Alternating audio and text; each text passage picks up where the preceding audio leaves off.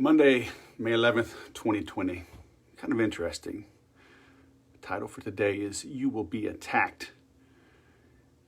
And I can't go live on Facebook, at least not on my iMac. So going live on the iPhone. So all right, so we're looking at Acts 14:5. There was an attempt in Iconium by both the Gentiles and the Jews, so basically everyone, together with their leaders, to attack and stone Paul and Barnabas. So what did Paul and Barnabas do? They spoke the truth. They were upsetting the apple cart.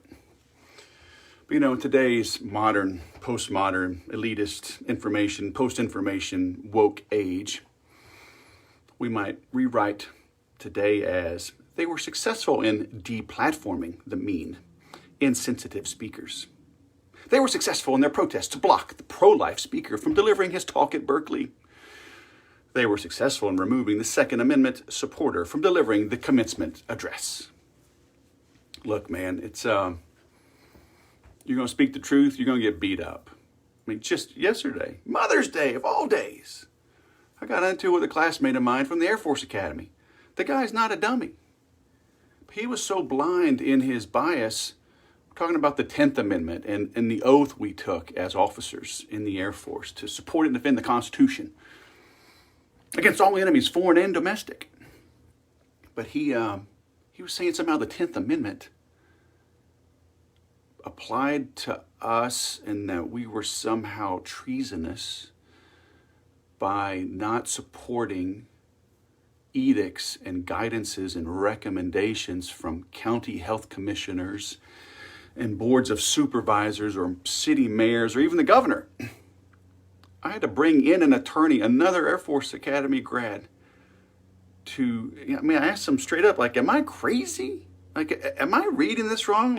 Set me straight, my brother. The truth will set me free. He was like, yeah, your buddy's losing it. Look, people are so stuck and set in their ways.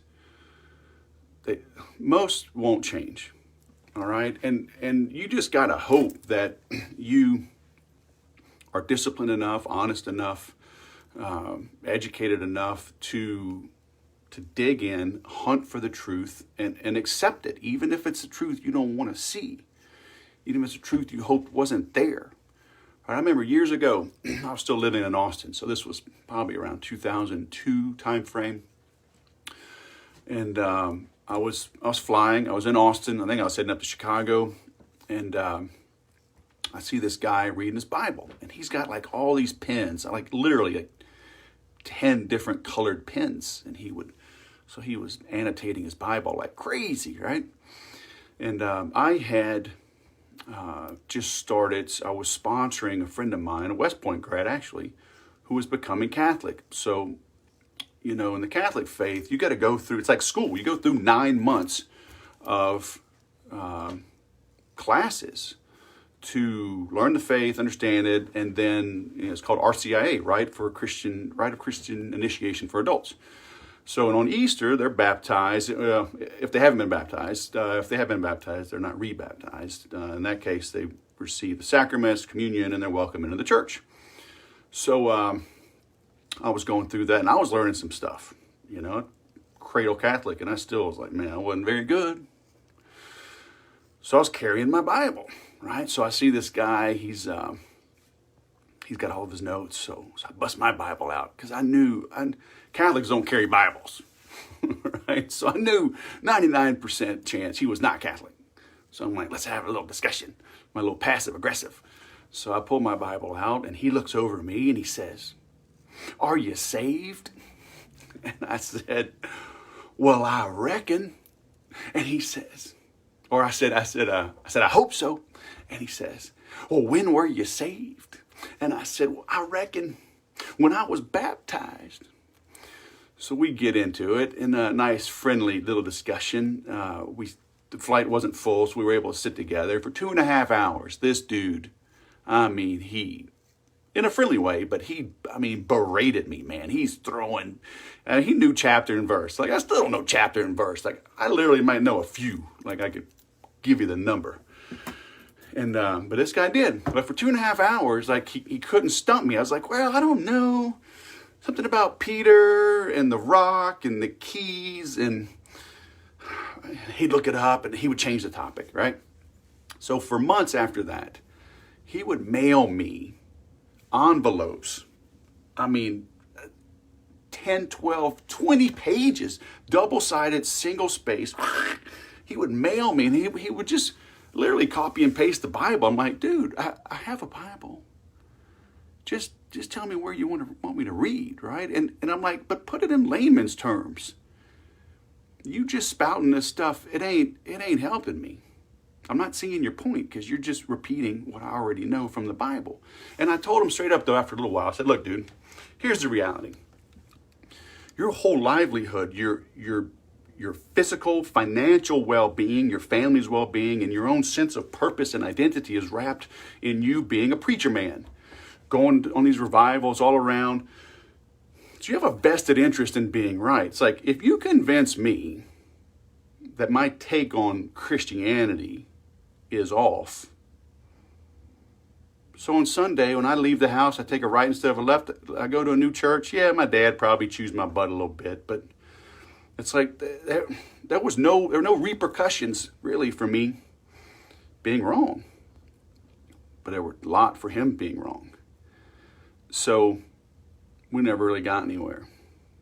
Okay, so when you look at things, when you have these discussions, I mean, you're going to be attacked just for spouting the truth. So yesterday, actually, I found this website, World Metrics, World Info, something, I don't know, but it's got all these metrics on everything. Number of cigarettes smoked today, number of obese people in the world, number of traffic fatalities. So I just grabbed stats and just posted them yesterday, probably, I don't know, 10. Just facts. No commentary. Number of people who died from HIV/AIDS this year. Number of people who died in car accidents. Just facts. And this guy says, basically, why so negative? I avoid negative stuff. I'm like, it's just facts. Like me saying right now, it's 63 degrees. Is that negative? Is it positive? It just is, right? Your interpretation of it is negative or positive, but that's on you. But just remember, there are people who literally, they're so set in their ways, they can't see the truth. And even if they figure out they're wrong, they won't admit it. That's why there are wars. Okay? It's not right, it's not wrong, it just is.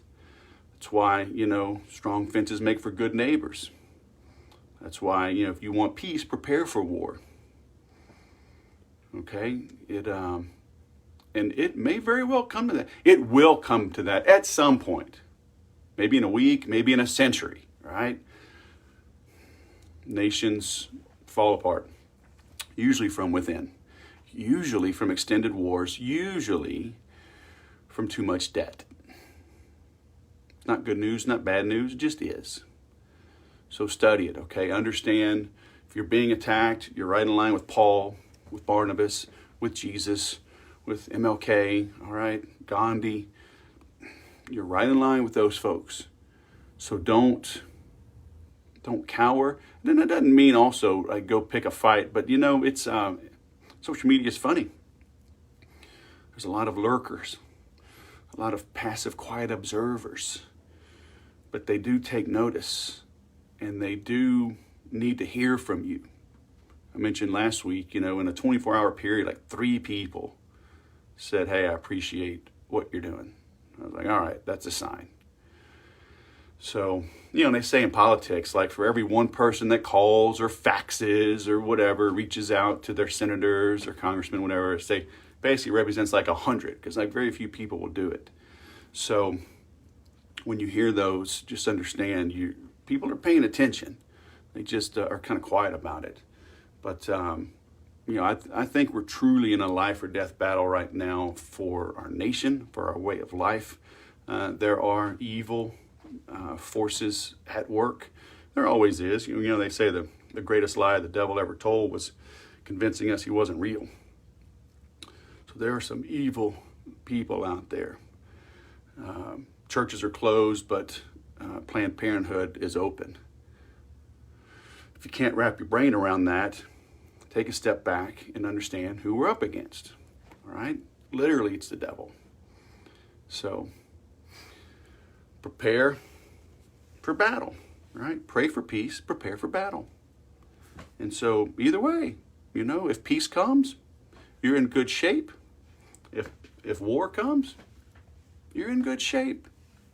I'll go sell something.